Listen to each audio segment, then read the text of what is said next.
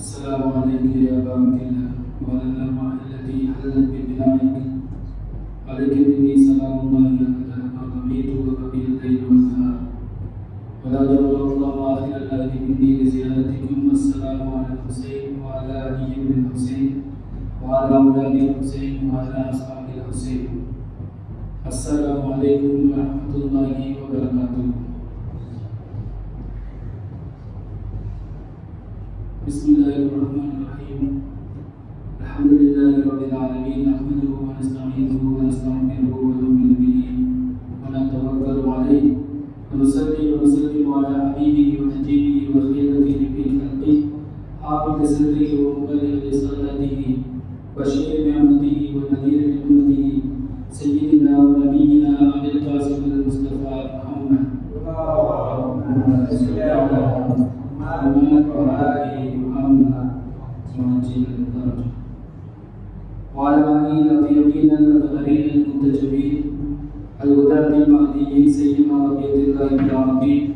وصل على أئمة المؤمنين وهداة المستضعفين وأمة المؤمنين. أوصي عباد الله بتقوى الله. அன்புக்குரிய இஸ்லாமிய சகோதரர்களே,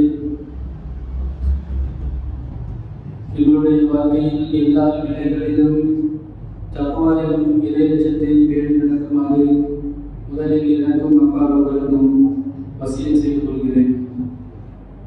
நாங்கள் இருக்கக்கூடிய இந்த முஹர்ரம் மாதம் இமாம் ஹுசைன் அலைஹிஸ்ஸலாம் அவர்களுடைய இஸ்லாமிய எழுச்சி போராட்டம் நிகழ்ந்து, அந்த எழுச்சி போராட்டத்திலே இமாம் அவர்கள் ஷஹாதத்தை அடைந்த மாதமாக இருக்கிறது என்கின்ற வகையில் நாங்கள் இந்த முஹர்ரம் நாட்களை 10 நாட்களை துக்க தினங்களாக, துக்கத்துக்குரிய மாதமாக நாங்கள் அனுசரித்து வருகிறோம். எனவே இந்த நாட்களை நினைவு கூறுகின்ற போது இமாம் ஹுசைன் அலைஹிஸ்ஸலாம் அவர்களுடைய ஷஹாதத்தின் நோக்கத்தை, அவர்களுடைய எழுச்சி போராட்டத்தின் இலக்குகளை கருத்தில் எடுத்து இமாம் அவர்கள் எதற்காக எங்களை அழைத்தார்களோ அந்த அழைப்பை நிறைவு செய்வதற்கு, பூர்த்தியாக்குவதற்கு நாங்களும் முயற்சி எடுக்க வேண்டும், தயாராக இருக்க வேண்டும் என்பதை இந்த இடத்தில் சொல்லிக் கொள்கிறேன். அன்றைய நாட்களில் சர்வதேச அளவில் நிகழக்கூடிய நிகழ்வுகளை பார்க்கின்ற போது, குறிப்பாக இஸ்ரேல் ஈரான் யுத்த காலப்பகுதியில் ஈரான் தன்னுடைய வல்லமையை வெளிப்பாட்டியதன் காரணத்தால் இஸ்லாமிய உலகில் இஸ்லாமிய உம்மத்தை தலைமை தாங்குவதற்குரிய தகைமை ஈரானிடம் இருப்பதாக ஒட்டுமொத்த இஸ்லாமிய உம்மத்தின் பெரும்பான்மையினர் கருதுவதாலும், அதனை வெளிப்படையாக அவர்கள் வெளிப்படுத்தி வருவதாலும், சமூக ஊடகங்களில் இமாம் காமனேயி அவர்களுடைய புகைப்படங்களை பரிமாறி வருவதாலும் இந்த போக்குகள் ஷியா இஸ்லாமிய சிந்தனை அல்லது ஷியா முஸ்லிம்களை அரவணைக்கின்ற, ஆதரிக்கின்ற அல்லது அவர்களோடு ஒரு சமரசத்துக்கு கொண்டு செல்லக்கூடிய ஒரு சூழலை அமைப்பதனாலும், இப்படியான ஷியா சுன்னா ஒற்றுமையை விரும்பாதவர்கள், குறிப்பாக வஹாபிச சிந்தனையின் பின்புலத்தில் இருக்கக்கூடியவர்கள் ஷியாக்களுக்கு எதிரான பிரச்சாரத்தை செய்து வருவதை பார்க்கிறோம். இப்படியான இந்த பிரச்சாரங்கள் எந்த அளவு அறிவுபூர்வமானது என்பது குறித்து சிந்திப்பதற்கு அஹ்லுஸ் சுன்னா சகோதரர்கள், இளைஞர்கள் கடமைப்பட்டிருக்கிறார்கள். இது தொடர்பில் ஷியாக்கள் காவிர்களா, வழிகடர்களா, முஷ்ரிக்கீன்களா என்கின்ற தலைப்புகளில் இந்த விவகாரங்கள் பேசப்பட்டு வருவதை நாங்கள் பார்க்கிறோம். இதே மாதிரி கேள்வியை நாங்கள் கேட்பதாக இருந்தால், அஹ்லுஸ் சுன்னா தொடர்பில் அஹ்லுஸ் சுன்னாக்கள் காவிர்களா, அஹ்லுஸ் சுன்னாக்கள் முஸ்லிம்களா அல்லது அஹ்லுஸ் சுன்னாக்கள் வழிகடர்களா என்று ஒரு கேள்வி கேட்டால் அதனை எவ்வாறு விவாதிப்பது, எந்த மூலாதாரத்தின் அடிப்படையில் அல்லது எந்த அதிகாரப்பூர்வமான சிந்தனையின் அடிப்படையில் அதனை சரி காண்பது என்கின்ற ஒரு விடையில் இருக்கிறது. பொதுவாக ஷியாக்களை ஷியா முஸ்லிம்களை காபிர் என்று சொல்லக்கூடியவர்கள் அஹ்லுஸ் சுன்னா பெரும்பான்மை சிந்தனையை தன்னோடு இணைத்துக் கொண்டு இவ்வாறான ஒரு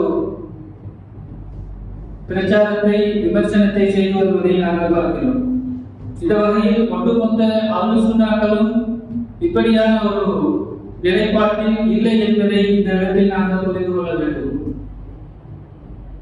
இந்த குற்றச்சாட்டு தொடர்பில் ஷியாக்கள் காபிர்கள் என்று சொல்லக்கூடிய இந்த குற்றச்சாட்டு தொடர்பில் அஹ்லுஸ் சுன்னா இளைஞர்கள் புரிந்து கொள்ள வேண்டிய பல்வேறு விடயங்கள் இருக்கிறது. அஹ்லுஸ் சுன்னாக்கள் புரிந்து கொள்ள வேண்டிய பல விடயங்கள் இருக்கிறது. அந்த விடயத்தை நான் இந்த இடத்தில் உங்களோடு பகிர்ந்து கொள்ளலாம் என்று நினைக்கிறேன். முதலாவது, மற்றவர்களை காபிர் என்று சொல்லக்கூடிய வஹாபிசத்தின் தக்பீரிய உளவியல் போக்கு எவ்வாறு ஒட்டுமொத்த அஹ்லுஸ் சுன்னா உலகத்திற்கும் சொந்தமாக முடியும்? ஒட்டுமொத்த அஹ்லுஸ் சுன்னா உலகமும் அப்படி ஷியாக்களை காபிர்கள் என்று கூறுவது கிடையாது. இது வஹாபிசத்தின் உளவியலாக இருக்கிறது. அவர்கள் மாத்திரம்தான் ஷியா முஸ்லிம்களை காபிர்கள் என்று சொல்லக்கூடியவர்களாக இருக்கிறார்கள். இதனை அவர்களுடைய வஹாபிச உளவியலை ஒட்டுமொத்த அஹ்லுஸ் சுன்னா உலகம் ஏற்றுக்கொள்ளும் என்கின்ற வகையில் அந்த பிரச்சாரத்தை அவர்கள் ஏற்றுக்கொள்வதை நாங்கள் பார்க்கிறோம். உண்மையில் பெரும்பான்மை குழுவாக இருப்பவர்களுக்கு நாங்கள் அதிகாரத்துவம் வாய்ந்தவர்கள் என்கின்ற ஒரு மனநிலை இருக்கும். அதாவது நாங்கள் பெரும்பான்மையாக இருந்தால் ஒரு இடத்தில் நாங்கள் தான் அதிகாரமிக்கவர்கள் என்பது இயல்பான ஒரு உளவியல் போக்கை தூண்டிவிடும். இதனை நாங்கள் பாராளுமன்றமாக இருக்கலாம், அல்லது உள்ளாட்சி மன்றங்களாக இருக்கலாம், அல்லது ஒரு நிறுவனமாக இருந்தாலும் கூட அதில் பெரும்பான்மையான நிலைப்பாட்டில் இருப்பவர்கள் தங்களுக்குத்தான் அந்த அதிகார போக்கு இருக்கின்ற ஒரு மனப்பாகத்தை உருவாக்கிக் கொள்வார்கள். எனவே அஹ்லுஸ் சுன்னா வல் ஜமாஅத் என்று சொல்லப்படுவது ஒரு மேஜர் குழு, அதாவது பெரும்பான்மை குழுவாக இருப்பதனால் டொமினன்ட் செக்ட், அதிகாரத்துவம் வாய்ந்த ஒரு உட்பிரிவாக, இஸ்லாமின் உட்பிரிவாக அவர்கள் தங்களை கருதுகிறார்கள். அதாவது எதை செறிவிலை காண்பதாக இருந்தாலும் இஸ்லாம் என்று வருகின்ற போது எது சரி எது பிழை என்று கருதுவதாக இருந்தாலும் அந்த அதிகாரம் எங்களுக்கு தான் இருக்கிறது என்று அவர்கள் நினைக்கிறார்கள். அஹ்லுஸ் சுன்னா வல் ஜமாஅத் நினைக்கிறார்கள். இதற்கு காரணம் நாங்கள் இஸ்லாமின் பெரும்பான்மை குழுவாக இருக்கிறோம் என்கின்ற அந்த மனோபாவம். எனவே பெரும்பான்மை என்பது அதிகாரத்தின் அளவீடாக இருக்கலாம். சில நேரம் அபிப்பிராயங்கள் பெறுகின்ற போது அந்த பொதுஜன அபிப்பிராயத்தின் அடிப்படையில் பெரும்பான்மை கருத்து எதுவோ அதன் அடிப்படையில் தீர்மானங்கள் எடுக்கக்கூடிய ஒரு நிலை இருக்கிறது. என்றாலும் பெரும்பான்மை என்பது சத்தியத்தின் அளவீடா என்று கேள்வியை எழுப்பிக் கொள்ள வேண்டும். சத்தியத்தின் அளவீடா பெரும்பான்மை இருக்கிறது. உதாரணமாக மருத்துவ ரீதியான ஒரு விஷயத்தை அதனுடைய உண்மை நிலையை கண்டறிவதற்கு பொதுசன அபிப்பிராயத்தை ஏற்படுத்தி பெரும்பான்மை மக்கள் என்ன கருதுகின்றனரோ அதுதான் அந்த மருத்துவத்துறையின் உண்மை நிலை என்று கூற முடியுமா? அல்லது ஒரு உளவியல் சார்ந்த ஒரு விஷயத்தை அல்லது ஒரு அறிவியல் சார்ந்த விஷயத்தை தீர்மானிப்பதற்கு பொதுசன அபிப்பிராயத்தை பார்க்கலாமா? பெரும்பான்மை என்ன கருதுகிறது என்று கேட்கலாம். அறிவுபூர்வமான ஒரு விடயத்தை தீர்மானிப்பதற்கு பெரும்பான்மை என்பது அளவீடாக மாறாது என்பதை நாங்கள் புரிந்து கொள்ள வேண்டும். இது தொடர்பாக அல் குர்ஆன் பல இடங்களில் இந்த பெரும்பான்மையை விமர்சித்திருப்பதை நாங்கள் பார்க்கிறோம். பெரும்பான்மையாக இருப்பதுதான் சத்தியத்தின் அளவீடாக இருக்கும் என்று சொன்னார். முஸ்லிம்களை விட முஸ்லிம் அல்லாதவர்கள் தான் இந்த உலகத்தில் அதிகமானவர்களாக இருக்கிறார்கள். எனவே அவர்கள் சத்தியத்தில் இருக்கிறார்கள். பெரும்பான்மையாக இருப்பதுதான் சத்தியம் என்ற அளவீடாக நாங்கள் பார்த்தால் முஸ்லிம் அல்லாதவர்கள் தான் சத்தியத்தில் இருக்கிறார்கள் என்று சொல்ல வேண்டும். அப்படி சொல்ல முடியாது. அல் குர்ஆன் சொல்கிறது, அக்ஸரும் லா யுமினூன், அவர்களில் அதிகமானவர்கள் ஈமான் கொள்ள மாட்டார்கள். அப்ப பெரும்பான்மையினர் முஃமின்களாக இருக்க மாட்டார்கள் என்று அல் குர்ஆன் சொல்கிறது. பெரும்பான்மை என்பது ஈமானின் அளவீடு கிடையாது. அக்ஸரும் ஃபாஸிகூன், அதிகமானவர்கள், அவர்களில் அதிகமானவர்கள் பெரும்பான்மையினர் பாசிக்காக இருக்கிறார்கள், கெட்டவர்களாக அநீதி இழைக்கக்கூடியவர்களாக இருக்கிறார்கள். எனவே பெரும்பான்மை என்பது நீதித்துவத்தின் அடையாளமும் கிடையாது. அக்தரும் லா யஅகிலூன், அவர்களின் பெரும்பான்மையினர் சிந்தித்தறிய மாட்டார்கள். எனவே பெரும்பான்மை என்பது அறிவுபூர்வமான வாதத்தின் அடையாளமும் கிடையாது, அளவிலும் கிடையாது. அக்தரும் லா யஅலமூன், அல்குர்ஆன் சொல்கிறது, அவர்களின் பெரும்பான்மையினர் அறிய மாட்டார்கள். எனவே உண்மையான அறிவின் அளவிலும் பெரும்பான்மை கிடையாது. அக்தரும் யஜ்ஹலூன், அவர்களின் பெரும்பான்மையினர் முட்டாள்களாக இருப்பார்கள். எனவே அறியாமையின் அளவீடு பெரும்பான்மையாகும். அக்தரும் லா யஷ்குரூன், அவர்களின் பெரும்பான்மையினர் நன்றியுடையவர்களாக இருக்க மாட்டார்கள், இறைவனுக்கு நன்றியுடையவர்களாக இருக்க மாட்டார்கள். எனவே துரோகத்தின் அடையாளமும் பெரும்பான்மையானதாக இருக்கிறது. இதுதான் அல்குர்ஆனுடைய நிலைப்பாடு. எனவே அல்குர்ஆன் கூறுவதன் அடிப்படையில் பெரும்பான்மை என்பது ஒருபோதும் ஈமானின் அடையாளமாக இருக்க முடியாது, நீதித்துவத்தின் அடையாளமாக இருக்காது, அறிவுபூர்வ தன்மையின் அடையாளமாக இருக்காது, சரியான அறிவின் அடையாளமாக இருக்காது என்பதை நாங்கள் புரிந்து கொள்ள வேண்டும். எனவே அப்படியாக ஒரு மனோபாவம் அஹ்லுஸ் சுன்னா வல் ஜமாஅத்தினருக்கு இருக்குமாக இருந்தால், நாங்கள் பெருமையாமையாக இருக்கிறோம், நாங்கள் தான் சத்தியத்தில் இருக்கிறோம் என்று முடிவெடுப்பார்கள் என்று சொன்னால் அது அல்குர்ஆனுக்கு முரணான ஒரு சிந்தனை என்பதை அஹ்லுஸ் சுன்னா சகோதரர்கள், இளைஞர்கள் விளங்கிக் கொள்ள வேண்டும். அகீதாவில் முரண்படுவதனால் ஷியா முஸ்லிம்கள் காபிர்கள் என்று சொல்லக்கூடிய விடயத்தை கொண்ட மாட்டேன். உண்மையில் அகீதா சார்ந்த விடயங்கள் நம்புவதற்குரிய விடயங்களாக இருக்கிறது, அதாவது ஈமான் கொள்வதற்குரிய விடயங்களாக இருப்பதை நாங்கள் பார்க்கிறோம். இவைகள் வஹீயின் மூலமாக, அதாவது அல்குர்ஆனின் மூலமாகவும் சுன்னாவின் மூலமாகவும் அறிவிக்கப்பட்ட விடயங்களாக இருக்கின்றன. இவற்றையெல்லாம் நம்ப வேண்டிய தேவைப்பாடு எங்களுக்கு இருப்பதை நாங்கள் பார்க்கிறோம்.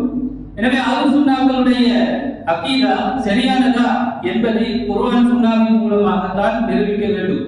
ஷியாக்களுடைய அகீதா சரியானதா என்பது கூட குர்ஆன் சுன்னாவின் மூலமாகத்தான் நிரூபிக்க வேண்டும். எனவே அஹ்லுஸ் சுன்னாக்களுக்கு முரணான அகீதாவை ஷியாக்கள் கொண்டிருக்கிறார்கள் என்பது சத்தியத்தின் அளவீடு கிடையாது.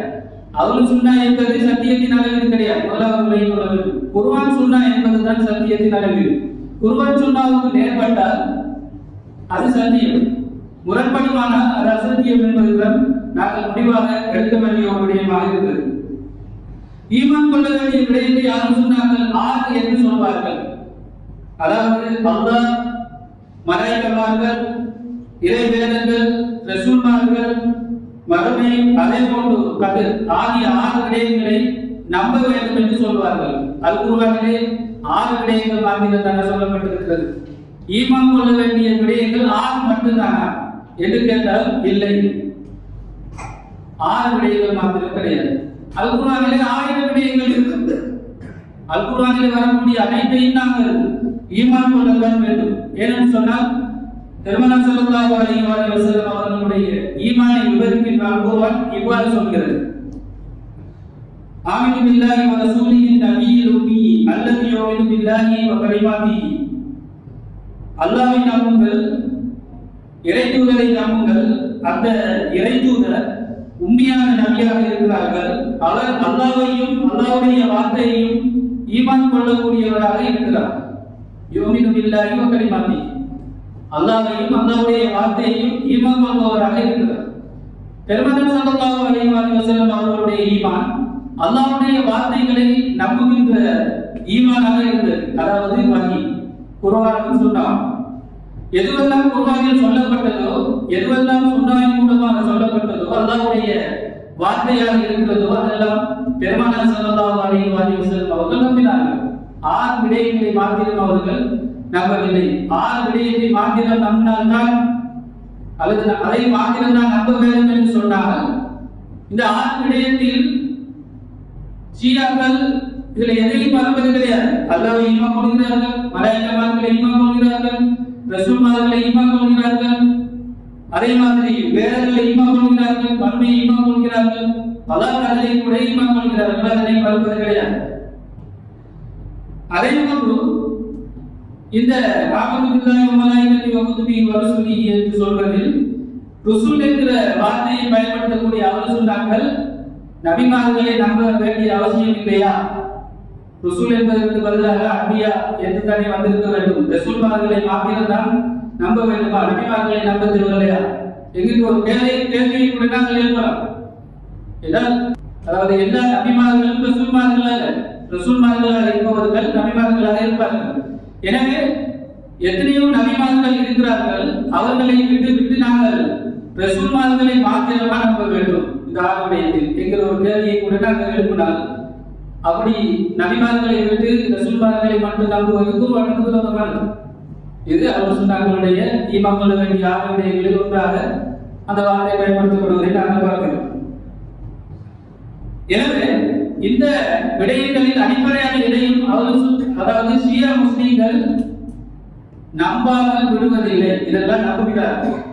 இப்ப இதை நம்பினா, அதாவது அஹ்லுசுன்னாக்களை போன்று ஷியாக்கள் இந்த 6 விடயங்களை நம்புகிறார்கள் என்று சொன்னால் என்ன பிரச்சனை இருக்குது? ஏதாவது ஒன்றையாவது சொல்லியிருக்கிறார்களா? சஹாபாக்களை நம்ப வேண்டும், அல்லது ரசூலுல்லாஹி ஸல்லல்லாஹு அலைஹி வஸல்லம் அவர்களுடைய மனைவியரை நம்ப வேண்டும், ஏதாவது 8வது அகீதா சார்ந்த விஷயங்களை அவர் சொன்னார்கள் எங்கே கொடுத்திருக்கிறார்கள். இதெல்லாம் பிற்காலத்தில் வஹாபிகளால் உருவாக்கப்பட்ட விடயங்கள். அதாவது இதற்கு அப்பால் வரக்கூடிய விடயங்களில் கருத்து வேறுபாடுகள் வருகின்ற போது அதனை எல்லாம் அவர் சொன்ன அகீதாவிற்கு சொல்லிக் கொண்டு 6வது 7வது 8வது 9வது என்று சில விஷயங்களை சொல்லிக் கொண்டு அதன் மூலமாக வரப்படுவதை காவிர் என்று சொல்லக்கூடிய ஒரு தவறான போக்கை உருவாக்கி வைத்திருப்பதை நாங்கள் பார்க்கிறோம். எனவே ஈமான் கொள்ள வேண்டிய விடயங்கள் பல இருக்கின்றது. அல் குர்ஆனிலே அது நிறையவே சொல்லப்பட்டிருக்கின்றன. ஆனால் இதுவரைக்கும் அல் குர்ஆனில் இருக்கக்கூடிய விடயங்களை முழுமையாக அறிந்த அறிஞர் எவரும் கிடையாது. அதாவது அல் குர்ஆனிலே என்ன சொல்லப்பட்டிருக்கிறது என்பதை முழுமையாக அறிந்த அறிஞர்கள் கிடையாது. அதனால்தான் தஃசீர்கள் வேறுபடுகின்றன. அவர் சொன்ன தஃசீர்களை எடுத்து நாங்கள் பார்க்கின்ற போது ஒவ்வொரு அறிஞரும் ஒவ்வொரு விளக்கத்தை கொடுத்திருப்பார். ஒருவருடைய விளக்கம் மற்றவருடைய விளக்கத்திலிருந்து வேறுபடும். எனவே அவர் இவரிலிருந்து புறப்படுகிறார் என்பதற்காக ஒருவரை ஏற்றுக்கொண்டு மற்றவர்களை யாரும் காஃபிர் என்று சொல்வதில்லை, அகீதா முரண்பாடு என்று சொல்வதில்லை. சமரசத்தை பேணக்கூடிய ஒரு நிலை என்பதை நாங்கள் பார்க்கிறோம். அவ்வாறுதான் ஹதீஸ்களை வியாக்கியானம் பண்ணிய அறிஞர்களுக்கிடையிலும் இந்த கருத்து வேறுபாடுகள் இருப்பதை நாங்கள் பார்க்கிறோம். எனவே அவர் சொன்ன உலகத்தில புரிந்து கொள்ள வேண்டிய மிக முக்கியமான விடயம் என்னவென்று சொன்னால், தங்களுடைய சிந்தனை போக்கில் இருக்கக்கூடிய முரண்பாடுகளை தடையாத வரையில் அவர்கள் மற்ற சிந்தனை போக்கினரை எவ்வாறு வழிவேறு அல்லது காஃபிர் முஸ்லிம் என்று சொல்ல முடியும். தனக்குள் இருக்கக்கூடிய விடயங்களில் கூட ஒரு நிலைப்பாட்டுக்கு வராத நிலையில் மற்றவர்களை காஃபிர்கள் என்று சொல்வது, முஸ்லிம்கள் சொல்வது அறிவுபூர்வமாக இருக்க முடியாது.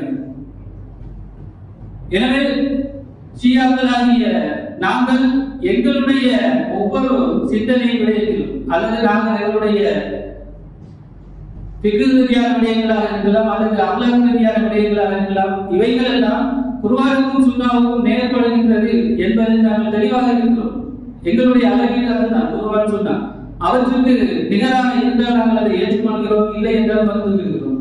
இது அவர் சுன்னாங்களுக்கு நேர்பட வேண்டும், அவர்களை அனுசரித்து போக வேண்டும், அதெல்லாம் சத்தியத்தின் அடையாளம் கிடையாது என்பதை இந்த இடத்தில் தெரிந்து கொள்கிறேன். பிஸ்மில்லாஹிர் ரஹ்மானிர் ரஹீம். வல் அஸ்ர் இன்னல் இன்சான லஃபீ குஸ்ர் இல்லல்லதீன ஆமனு வ அமிலுஸ் ஸாலிஹாத் வ தவாஸவ் பில் ஹக் வ தவாஸவ் பிஸ் ஸப்ர். ஸதகல்லாஹுல் அலீயுல் அஸீம். அல்லாஹும்ம ஸல்லி அலா முஹம்மத் வ ஆலி முஹம்மத். அல்லாஹும்ம ஸல்லி அலா முஹம்மத் வ ஆலி முஹம்மத். اللهم صل على محمد وآل محمد وعجل. بسم الله الرحمن الرحيم. الحمد لله رب العالمين والصلاة والسلام على سيدنا ونبينا أبي القاسم المصطفى محمد. اللهم صل على محمد وآل محمد وعجل. سيدنا علي أمير المؤمنين وحفيدته سادة المرضية والحسن والحسين سيد الشباب على الجنة وعلي بن الحسين زين العابدين ومحمد بن علي الباقر وجابر بن محمد الصادق وموسى بن جعفر القاضي وعلي بن موسى الرضا ومحمد بن علي الجواد وعلي بن محمد الهادي والحسن بن علي زكي العسكري والحجة بن الحسن القائمي المهدي.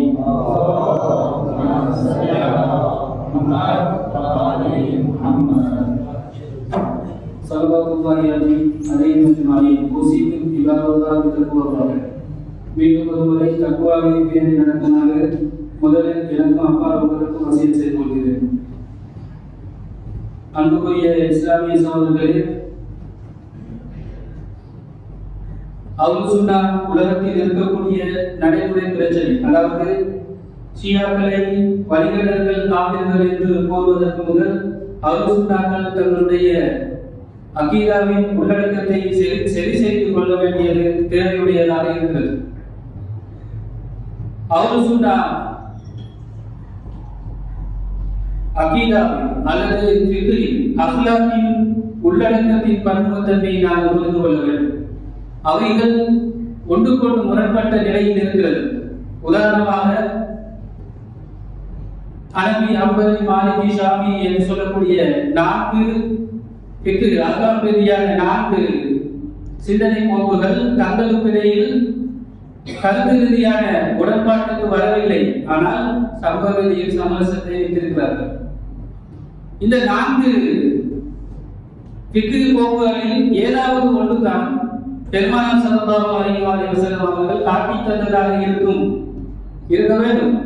4 முறைப்படி தொழுகையில் பெருமானார் ஸல்லல்லாஹு அலைஹி வஸல்லம் அவர்கள் தக்பீருடைய நிலையில் கைகளை கட்டும்போது, உதாரணமாக கையை விட்டு தொழுதார்களா, அல்லது கையை தொப்புளுக்கு மேல் கட்டினார்களா, அல்லது கையை நெற்றில் கட்டினார்களா, அல்லது தொப்புளுக்கும் நெற்றிக்கரையில் கட்டினார்களா, ஏதாவது ஒரு வழிமுறையில் தான் பெருமானார் ஸல்லல்லாஹு அலைஹி வஸல்லம் அவர்கள் தொழுகிறார்கள். ஆனால் அவுல் சுன்னா உலகத்தில் இந்த 4 முறைகளிலும் தொழுகிறார்கள். இந்த 4ஐயும் சரியென்று சொல்கிறார்கள். இந்த 4இல் ஒன்றுதான் சரியாக இருக்கும். எனவே அவுல் சுன்னா வல் ஜமாஅத்தின் அடிப்படையில் இந்த 4இல் ஒன்றுதான் தீர்க்கமான ஒரு விடயமாக இருக்க வேண்டும். ஆனால் தவிர்க்க முடியாத காரணத்தினால் சமூக ஒற்றுமை என்ற அடிப்படையில் இந்த முரண்பாடுகளிடையில் எவ்வாறு அவர்களால் சமரசத்தை பேண முடிகிறது? இது சாதாரணமான ஒரு உதாரணத்துக்கு சொன்ன விஷயம். ஃபிக்ர் ரீதியாக எத்தனையோ முரண்பாடுகள் இருக்கிறது அவுல் சுன்னா உலகத்தில். அவ்வாறு அகீதா ரீதியாக நாங்கள் வருகின்ற போது அங்கு தொடக்கம் இன்று வரைக்கும் எத்தனையோ இயக்கங்கள், அஷரி அல்லது முஅத்தஸிலா ஆரம்பகால இயக்கங்களை, அகீதா ரீதியான இயக்கங்களை நாங்கள் எடுத்துக்கொண்டால், உதாரணமாக கலாக்கதிரை ஏற்றுக்கொள்கின்ற மறுக்கின்ற 2 பிரிவினர்களும் அவுல் சுன்னாக்களில் இருந்திருக்கிறார்கள். முஅத்தஸிலாக்கள் அவுல் சுன்னா பிரிவாக ஏற்றுக்கொள்ளப்பட்டவர்கள். ஆனால் அவர்கள் கலாக்கதிரை ஏற்றுக்கொள்வது கிடையாது. ஆனால் அவர்கள் அவுல் சுன்னாவாக ஏற்றுக்கொள்ளப்படுகிறார்கள். இன்றும் நவீன நவீன முஅத்தஸிலி என்கின்ற பெயரில் அவர்கள் எதிர்த்து இருப்பதை நாங்கள் பார்க்கிறோம். அவர்களும் சமூக சமரசத்தை ஒட்டுமொத்த அவுல் சுன்னாக்களும் பேணி வருகிறார்கள்.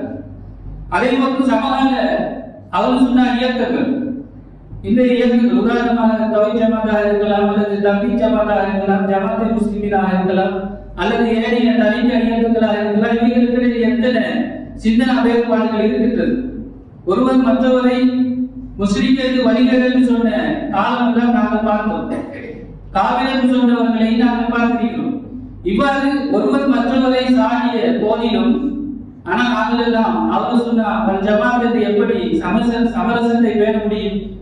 கொள்கை அளவில் முரண்பாடாக இருக்கின்ற நேரத்தில் ஒருமுகத்தன்மை இல்லாத அவுல் சுன்னா உலகத்தில் பன்முகை போக்கோடு, அதாவது ஒன்றுக்குள் ஒன்று முரண்படுகின்ற நிலையில் இருக்கக்கூடிய, எது ஹக்கு பாத்தில் என்று தீர்மானிக்க முடியாத நிலையில் எப்படி மற்றவர்களை அவுல் சுன்னாக்கள், காவிர்கள், முஸ்லிம்கள் வழிகள் என்று சொல்ல முடியும்? தமக்குள் கூட ஒரு விடயத்தில் ஒருமைப்பாடு இல்லை. உதாரணமாக ஏன் தௌஹீத் ஜமாத்துக்கள் பல ஜமாத்துக்களாக பிரிந்தன? ஏ டு Z ஜமாத் இருக்கிறது. SLTJ, TNTJ, CTJ, ATJ என்று சொல்லி Z வரைக்கும் நாங்கள் சொல்லக்கூடிய தௌஹீத் ஜமாத்துக்கள் இருக்கின்றன. ஏ டு Z நாங்கள் சொல்லலாம்.